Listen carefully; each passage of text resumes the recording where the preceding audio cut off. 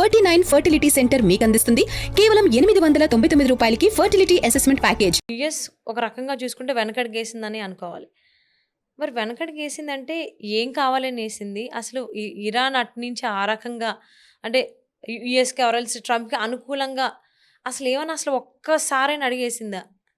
ఇన్ని రోజుల ఫైట్‌లో, ఇరాన్కి యుద్ధంలో? అడ్వాంటేజ్ ఏంటంటే వాళ్ళకి ఒక్కటే ఉండే సర్వైవల్. యుద్ధంలో సర్వైవ్ కావాలి వాళ్ళు యాజ్ అ దేశం. ఎందుకంటే ప్రెసిడెంట్ ట్రంప్ మీకు గుర్తుంటుంది, డే 1 బాంబింగ్ జరిగినప్పుడు అన్నారు, మేము ఒక కొత్త లీడర్ని పెట్టబోతున్నాం అక్కడ, అవును. నేనే ఇంటర్వ్యూ చేస్తాను, నేనే ఇంటర్వ్యూ చేసి అక్కడ కూర్చోబెడతాను అన్నాను. ఇప్పుడు దాని గురించి మాట్లాడలేదు. లీడర్షిప్ చేంజ్ అనేది అసలు ఆయన డిక్షనరీలో లేదు. ఇప్పుడు యాజ్ మచ్ యాజ్ యురేనియం గురించి మాట్లాడుతూ లీడర్షిప్ చేంజ్ గురించి మాట్లాడుతూ ఇప్పుడు అక్కడున్న రెజ్యూమ్ ఏంది, వాళ్ళు ఇంకా పవర్ఫుల్ అయిపోయారు. వాళ్ళకి అర్థమైపోయింది short term pain, long term gain. Iran economy మొత్తం ధ్వంసమైంది, కంప్లీట్గా ఫినిష్ అయిపోయింది. వాళ్ళ దగ్గర డబ్బులు లేవు. ఇన్ఫ్లేషన్ 70% నడుస్తుంది. ఫుడ్ ఇన్ఫ్లేషన్ 125% నడుస్తుంది. తిన్నాక తిండి లేదు అక్కడ ప్రజల దగ్గర, కానీ దే సర్వైవింగ్. ఎందుకంటే అట్లాంటి ఒక సివిలైజేషన్ అది. నేను ఎగ్జాంపుల్ ఇచ్చాను మీకు. స్టేట్ ఆఫ్ హోర్ముజ్ 1950s కూడా బ్లాక్ చేశారు. అప్పుడు ఇరాన్లో ఒక ప్రెసిడెంట్ ఉండే, మొహమ్మద్ మసీద్ అని చెప్పేసి, చాలా పాపులర్ మనిషి, ఎలక్షన్లో గెలిచిన మనిషి.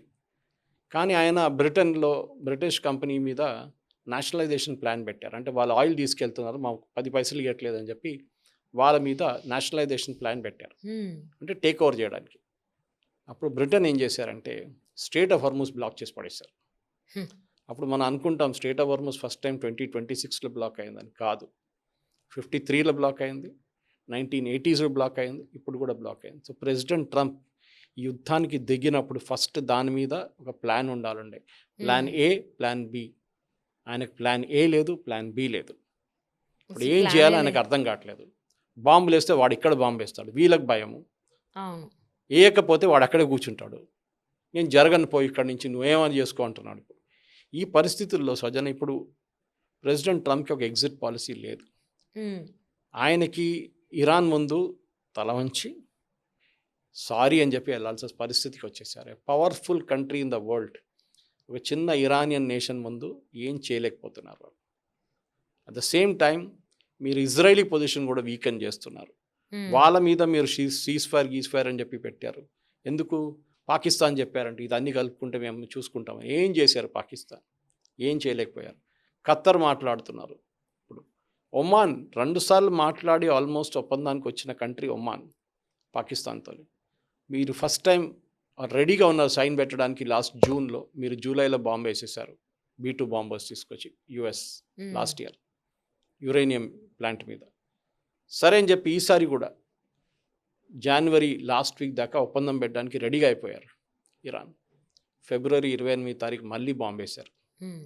ఇరాన్ ఏమంటున్నారంటే మాకేం గ్యారంటీ ఉంది, మీరు ఇవాళ అన్నీ అయిపోయింది వెళ్ళిపోతున్నా అంటారు, మళ్ళీ మీరు వచ్చి మా మీద బాంబు వేస్తారు. అప్పుడు మమ్మల్ని ప్రొటెక్ట్ చేసుకోవడానికి మా దగ్గర ఏమైనా కావాలి కదా, మాకు మిసైల్స్ కావాలి, మాకు డ్రోన్లు కావాలి. కాదు, మీరు డ్రోన్లు పెట్టకూడదు, మిసైళ్ళు పెట్టకూడదు అని మళ్ళీ how will you defend our cells? Okay మీరు ఒక గ్యారంటీ ఇవ్వండి, మీ మీద దాడులు చేయం ఇప్పటి నుంచి. నా ఆ గ్యారంటీ మేము ఇవ్వలేము. నేను ఇస్తే కూడా ఇజ్రాయెల్ వాడు పట్టించుకోడు. ఇది ప్రాబ్లం. అంటే స్టార్ట్ చేసినప్పుడు చాలా కాన్ఫిడెంట్గా స్టార్ట్ చేశారు యుద్ధం ట్రంప్. చాలా చెప్పారు, విత్ ఇన్ 2 వీక్స్ ఆర్ 3 వీక్స్లో మొత్తం అయిపోద్ది, మామూలుగా ఉండదు, రేంజ్లో ఉండదని ఒక ఇల్యూషన్ అయితే క్రియేట్ చేయడం జరిగింది. కానీ చూసుకుంటే దానికి క్వైట్ ఆపోజిట్ జరిగింది, మొత్తం లాస్. ఇప్పుడు ఆల్మోస్ట్ స్టార్ట్ అయిన 1.5 మందికి యుఎస్లో 20 ప్రజలు కూడా ఎగ్నెస్ట్ అయిపోయారు. ఇప్పుడు వాళ్ళ పార్టీకి సంబంధించిన వాళ్ళు కూడా ఎగ్నెస్ట్గానే ఉన్నారు ఇప్పుడు ప్రజెంట్ ట్రంప్కి. అసలు ప్రజెంట్ ఉన్న సిచ్యువేషన్లో ట్రంప్ అసలు నెక్స్ట్ ఏం చేస్తారు అనేది మనం ఏమైనా గెస్ చేయగలమా? లేకపోతే ఏదన్నా అది చెప్తారు కదా English, it's $1 million question. Okay, ఎవరు ఆన్సర్ చేయలేరు. మనం 2-3 సెనేరియోస్ చూడొచ్చు. ఒకటి చెప్పాను చూడండి, స్ట్రెయిట్ ఆఫ్ హోర్ముజ్. ఇరాన్ అంటున్నారు మీరు బ్లాక్ చేయండి మమ్మల్ని, నో ప్రాబ్లం, మీరు అటువైపు బ్లాక్ చేసేసారు, మేము ఇటువైపు బ్లాక్ చేసేసాం. మీరు బ్లాకేజ్ ఎత్తితే కూడా మేము స్ట్రెయిట్ ఆఫ్ హోర్ముజ్లో టోల్స్ కలెక్ట్ చేస్తాం. మీరు ఏం చేస్తారు చెప్పండి? ఒకటే ఆప్షన్ ఉంది, ఇజ్రాయెల్ చెప్పిన option, bomb the hell out of Iran. Short term pain, Arab దేశాల మీద దాడి జరుగుతుంది, అన్నీ జరుగుతుంది, they have to take it. కానీ లాంగ్ టర్మ్లో ఇరాన్ అనే దేశం అంటే ఇప్పుడున్న రూలర్స్ ఉండరు, హ్మ్. దానికోసం 10-15 రోజులు కన్సిస్టెంట్గా బాంబింగ్ చేస్తే రెవల్యూషనరీ గార్డ్స్ కానీ, ఇప్పుడున్న ప్రెసిడెంట్ కానీ, ఇప్పుడున్న ఫారిన్ మినిస్టర్ కానీ, ఇప్పుడున్న స్పీకర్ ఆఫ్ పార్లమెంట్ ఎవ్వరు ఉండరు. అలా జరిగే అవకాశం ఉందా మరి? అదొక్కటే ఆప్షన్ ఉంది. అదొక్కటే ఆప్షన్ అది ఉంది. ఎప్పుడో చేయాలండి. ఇన్ని హ్మ్. రోజులు మీరు ఇరాన్‌కి టైం ఇచ్చారు. వాళ్ళు వాళ్ళ ప్రొడక్షన్ పెంచుకున్నారు. అవును. డ్రోన్‌ల ప్రొడక్షన్ పెంచుకున్నారు. వాళ్ళు మిసైల్ సైట్స్ మూవ్ చేశారు. మిసైల్ లాంచర్స్ మూవ్ చేశారు. మీరు ఏం చేయలేకపోయారు. ఇదే తప్పు నేను చెప్పాను చూడండి హమాస్‌తోని జరిగింది. హమాస్‌కి సీజ్ ఫైర్ ఇచ్చినప్పుడు వాళ్ళు వాడుకున్నారు ఆ టైంని. మన దగ్గర రాజశేఖర్ రెడ్డి గారు ఎంసీహెచ్ఆర్‌డీ ఇన్‌స్టిట్యూట్‌లో నక్సల్స్‌తో చర్చలు నడిపారు.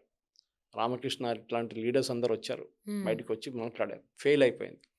కానీ ఆ నెలపాటు సీజ్ ఫైర్ ఉండే నక్సల్స్‌తోని. ఆ హ్మ్. నెలపాటు వాళ్ళు మొత్తం వాళ్ళ ఆపరేషన్స్ అన్నీ ఫైన్ ట్యూన్ చేసుకున్నారు. వాళ్ళ మనుషుల్ని మూవ్ చేసుకున్నారు. వాళ్ళ ఆయుధాలని మూవ్ చేసుకున్నారు. డబ్బుల్ని మూవ్ చేసుకున్నారు. వాళ్ళకి కావాల్సిన సరుకులన్నీ తెచ్చుకున్నారు. ఆ హ్మ్. ఒక్క నెల పాటు. ఎందుకంటే పోలీసులు చూస్తూనే కూర్చున్నారు. వాళ్ళు ఏం చేయలేకపోయారు. Same thing is happening in Iran. Okay. Iran అన్నీ చేస్తున్నారు. మీరు ఏం చేయలేరు. ఎందుకంటే మీ మీద అటాక్ చేయట్లేదు. సీజ్ ఫైర్ ఉంది. మొన్న జరిగిన దాంట్లో ఒకటే ఎక్స్‌క్యూజ్ మా మీద కొట్టారు. సో మేము కొట్టాము. హ్మ్. కానీ ఇప్పుడు మీరు ఫొర్దోలో గానీ, ఇస్ఫహాన్‌లో గానీ ఎక్కడైనా వీళ్ళు న్యూక్లియర్ మెటీరియల్స్ మూవ్ చేస్తే మీరు ఏం చేయలేకపోతారు. జస్ట్ ఫర్గెట్ సీజ్ ఫైర్ తీసేస్తున్నామని చెప్పి మీరు బాంబింగ్ పెట్టండి. ఒక 2-3 రోజులు, 4-5 రోజులు మొత్తం మెసప్ అయిపోతుంది. ఎంటైర్ అరబ్ నేషన్స్ మీద దాడి జరుగుతుంది. ఓకే. కానీ 7వ, 8వ రోజు నుంచి సిట్యుయేషన్ మారిపోతుంది. హ్మ్. ఇరాన్ ఒక సరెండరింగ్ పోస్చర్‌కి వచ్చేస్తారు. అది చేయాలుండే. అది ఇప్పుడు కాదు. అప్పుడే చేయాలుండే. ఇప్పుడు కూడా ఇట్స్ నాట్ టూ లేట్. ఆ ప్రెసిడెంట్ ట్రంప్ అదే డిసిషన్‌కి వస్తారు లాస్ట్‌లో. ఇజ్రాయెల్ ఎప్పటి నుంచో చెప్తున్నారు. హ్మ్. హ్మ్. The head of the snake is Iran. కొట్టాలంటే ఇరాన్‌ని కొట్టండి ఫస్ట్. అప్పుడు హెజ్బుల్లా ఉండదు, హూతీలు ఉండరు, హమాస్ ఉండదు. వీళ్ళని ఎన్ని రోజులు కొడతారు మీరు? Head of the snake is thought. వాళ్ళని కొట్టండి అవును. ఫస్ట్. ఇది జరగాల్సింది.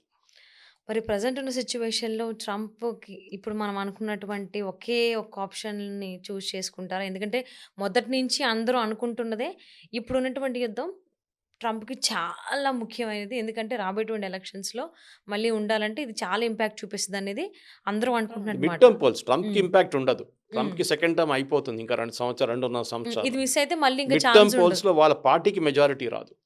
పార్లమెంట్‌లో ఏం చేయలేరు. హ్మ్. బిల్స్ పాస్ చేయలేరు. లేమ్ డక్ ప్రెసిడెంట్ అయిపోతారు. ఒక బొమ్మలాగా కూర్చోవాల్సొస్తుంది. ఒక అకార్డ్ ఉంది. అబ్రహాం అకార్డ్ అని చెప్పి మీరు వినుంటారు. ప్రెసిడెంట్ ట్రంప్ మొన్న చెప్పారు. హ్మ్. హ్మ్. Pakistan and other Arab nations have to sign the Abraham Accord అన్నారు. మీకు ఇరాన్ డీల్ కావాలంటే అబ్రహాం అకార్డ్ సైన్ చేయండి అని. అబ్రహాం అకార్డ్‌లో మీరు ఇజ్రాయెల్‌ని ఎగ్జిస్టెన్స్‌ని మీరు క్వెషన్ చేయట్లేదు. అగ్రీ చేస్తున్నారు. Israel has a right to exist.